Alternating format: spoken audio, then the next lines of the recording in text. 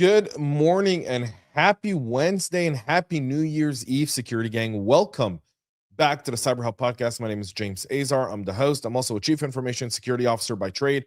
Thank you all for tuning in to our last show of 2025. Wow. Wow, wow, wow. The year, that's it.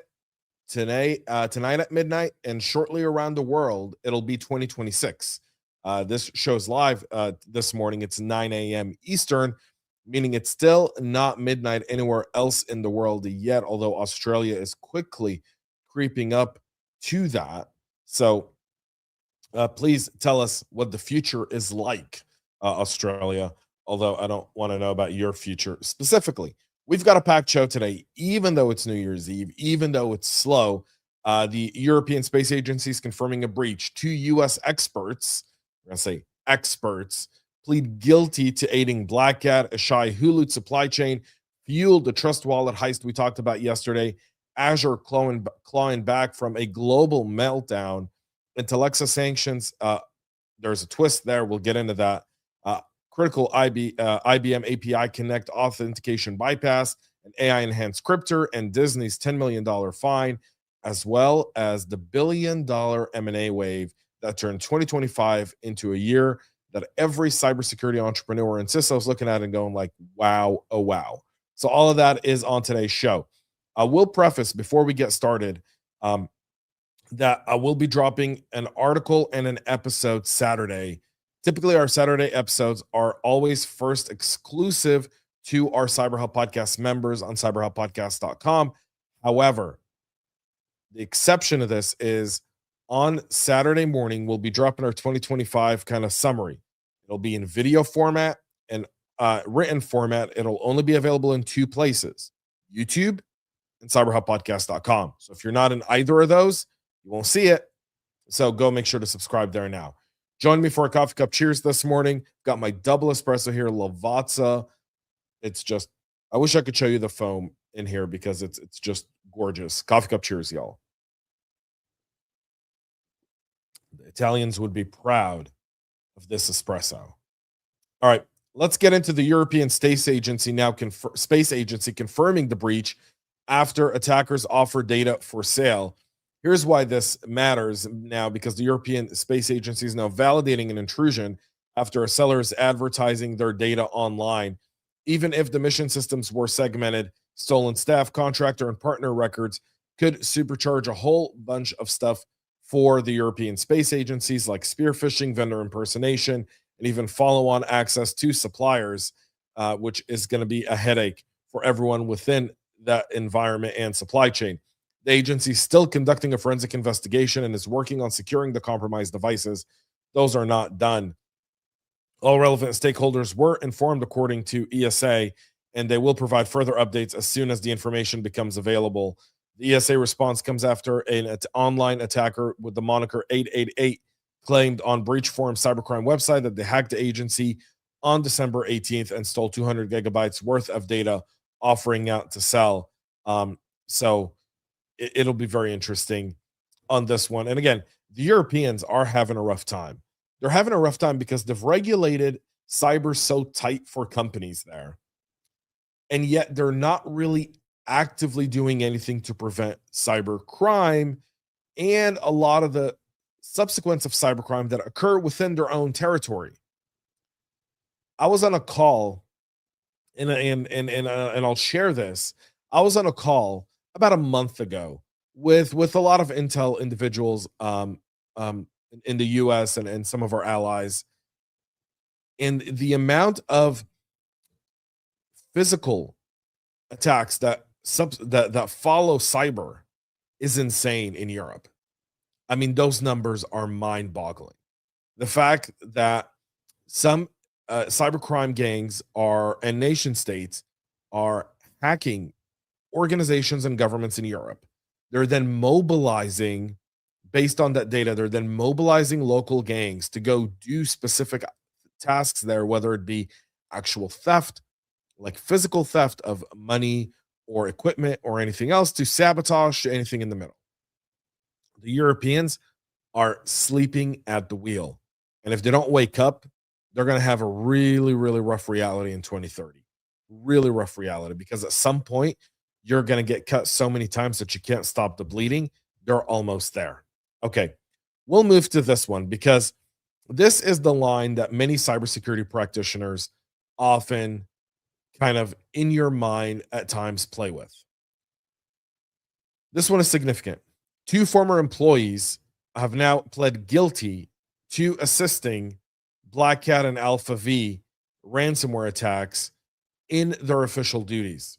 So this one hits a little bit closer to home. 33-year-old Ryan Clifford Goldberg of Watkinsville, Georgia. He's been in federal custody since September of 2023. 28-year-old Kevin Tyler Martin of Roanoke, Texas. He was charged in November. They've now pleaded guilty to conspiracy to obstruct commerce by extortion and are set to be sentenced on March 12th of next year, facing up to 20 years in prison each. There is a third accomplice who is an unnamed person. The 2 Black Cat ransomware affiliates breached the networks of multiple victims across the U.S. between May and November of 2023. They paid a 20% share of ransoms in exchange for access to Black Cat's ransomware and extortion. Goldberg is a former Signia IR manager. Martin worked at Digital Mint as a ransomware threat negotiator. The defendants used their training and experience to commit ransomware attacks, the very type of crime they should have been working to stop. According to Assistant Attorney General A. Tyson Duva, extortion via the internet victimizes innocent citizens every bit as much as taking money directly out of their pockets. According to the court documents, their alleged victims include a Maryland pharmaceutical company, a California engineering firm, a Tampa medical device manufacturer, a Virginia drone manufacturer, and a California doctor office. While they have demanded ransoms ranging from $300,000 to $10 million, prosecutors say they were paid $1.27 million by the Tampa medical device company after encrypting its servers and demanding $10 million in May of 2023. While other victims also received ransom demands, no additional payments were made, according to the indictment. So these guys were on the good side at one point. They were on our side. And somewhere in there, they saw what these cybercrime gangs are doing, realizing the decentralized and anonymous nature of it, and figured they can throw their hat in the ring. And they did. And there's no amount of money in the world that can bring back your freedom, because both of these gentlemen are giving up their freedom and all of their earthly possessions. They face up to 20 years in jail. Up to 20 years in jail. I don't know the whole story. But based on what the prosecution and based on the fact that they pled guilty, they made some really bad decisions. Really bad decisions. And those decisions are not going to cost them their freedom and the best years of their life. One's 33, one's 28. By the time they get out of prison, they're going to be in their late 40s, early 50s. Life's passed them by. It's not worth it. And this line, we talked yesterday about the insider threat with Cowpang, and then with Coinbase. The fact is, this is a direct kind of, like, I call it the Instagram reel thing, where you see people with all this glamour and you go, like, how do I get there? How are they doing it? What are they doing? A lot of it is fake. It's fake. You know how I know it's fake? Because I have a buddy of mine who's got a private jet, who one of the ways he makes money off his private jet is he rents it out to influencers to come take pictures in it at $1,000, $2,000, $5,000 a piece. So they'll pay him money to pretend they're sitting and flying on a private jet to do a photo shoot for a few hours or half a day. Not everything you see online is real. It's important that in the work we do, we touch grass. It's so important, because nothing you see online is real. Not opinions, not the trolls. All of that are keyboard warriors. When you go out and you touch grass, you make more friends. You actually get the real humanity of it. Please do that. All right.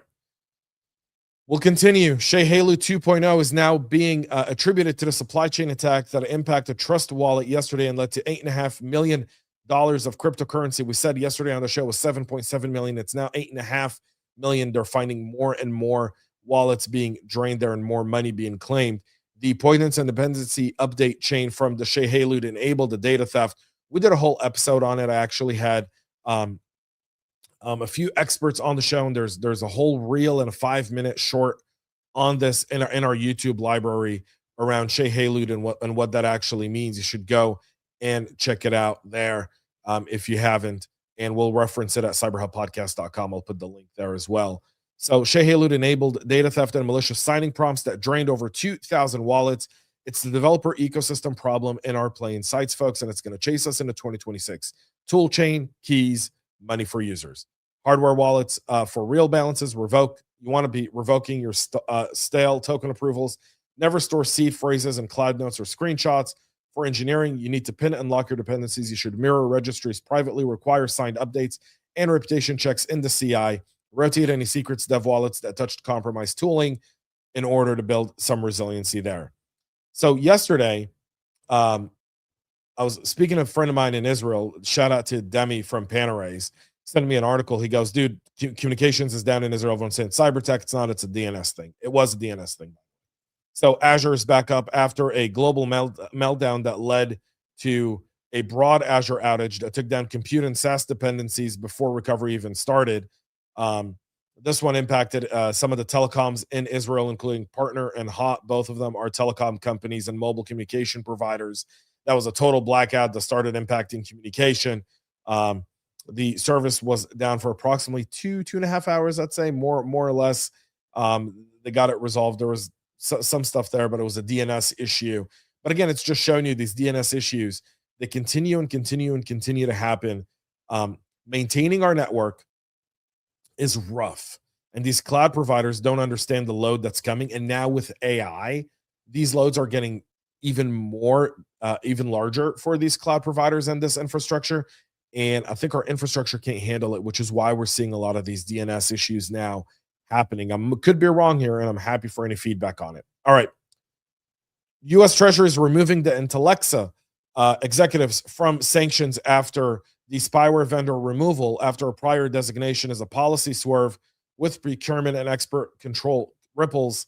So Intellexa is a company very similar to that does offensive type of work. Spyware. They were behind the Predator spyware. The Biden administration had put both executives on a sanction list in September of 2024 in an effort to crack down on them. Now the the Trump administration is now removing that. Both Marom Harpaz and Andre Gambazi were sanctioned by Biden at the time by his administration officials. And then Sarah Hemu was among 2 people and 5 entities to be sanctioned due to links to the notorious spyware manufacturer. Hemu is a corporate offshoring specialist who provided managerial services to the consortium. Now, the Treasury is removing those sanctions against both individuals and against Intellexa, allowing them to continue to work in their business. And again, everyone buys spyware. Everyone does. Every government in the world does. You can't go after the companies or after the individuals. You want to go after spyware, create an international thing. This one specifically was, by the way, cowardice from the Biden administration. It was cowtailing to the weak Europeans who couldn't do anything about it. So I'm glad the Trump administration removed it. Spyware is a thing governments use, and in most cases, it's used for good. Just because some governments use it, like here they were saying, like Congo or Angola or UAE or Madagascar, and you have issues with them, dude, just take that up with those countries, or go protest there instead of sanctioning people for the products they build. I mean, I have an issue with this whole thing of targeting spyware manufacturers.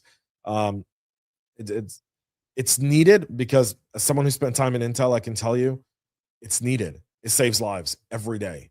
The question becomes, what's the price we're willing to pay to save lives? Ask yourself that question, and it's a hard question to answer. All right. We'll continue here. Vulnerabilities here. Let's wrap up the last show of the year here. So IBM's warning of a critical API Connect authentication bypass. The manager tenant planes are at risk. Authentication bypass could lead to admin or tenant takeover in your API Connect or even data power environments. You want to patch immediately to the fixed versions, remove public management access, rotate admin API tokens, alert on new admin creation, unexpected config exports, and odd identity provider changes. Make sure you get that done. CVE 2025-139 or 15, and it's rated a 9.8, so address that ASAP.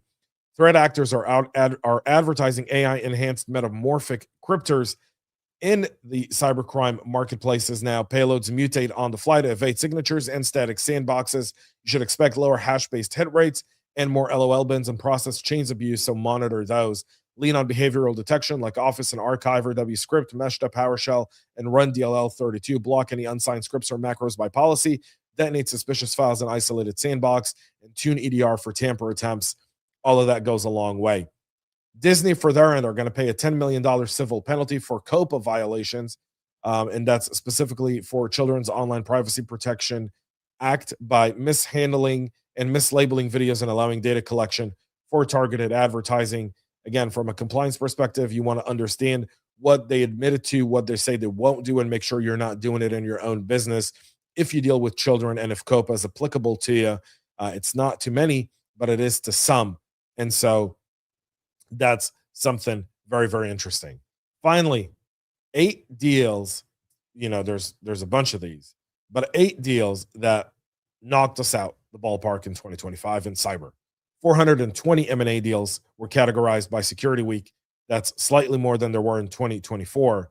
A dozen acquisitions involving pure play cyber firms surpassed 500 million. 8 deals topped 1 billion. Out of those 8 deals, Google acquiring Wiz for 32 billion in an all-cash deal. That's supposed to close next year. Palo Alto acquiring CyberArk for 25 billion. They also acquired Chronosphere for 3.35 billion. All being integrated into the Cortex Agentix platform. ServiceNow announcing just last week the acquisition of Armis and Visa. Armis at 7.75 billion, Visa at 1 billion. That's 8.75 billion spent by ServiceNow to acquire cyber companies.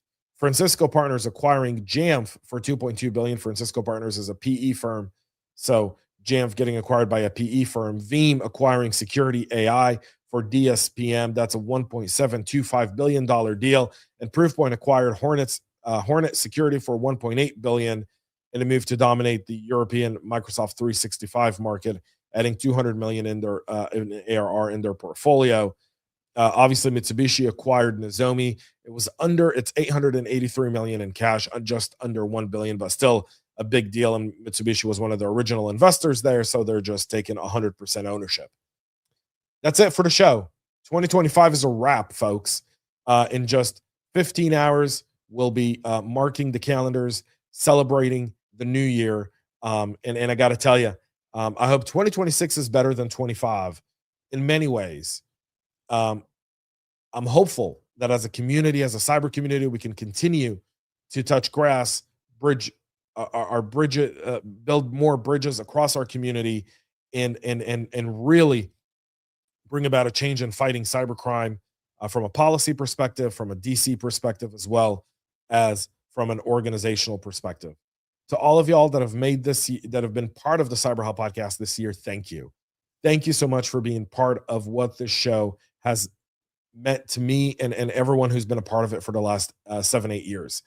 We really wouldn't be doing any of this without all of y'all. Your feedback, your comments, even if I don't get to all of them, are really, really appreciated. I'm humbled by every single one of y'all. Thank you so much. I can't wait to see you tomorrow. We'll have a special 2020. Sorry, no show tomorrow. We'll be back on Monday. New intro, shorter. A lot of new stuff coming in 26 on the show here. So make sure to tune in Monday, 9 a.m. Eastern. Again, I'll probably put something out tomorrow, Saturday, wrapping up 2025.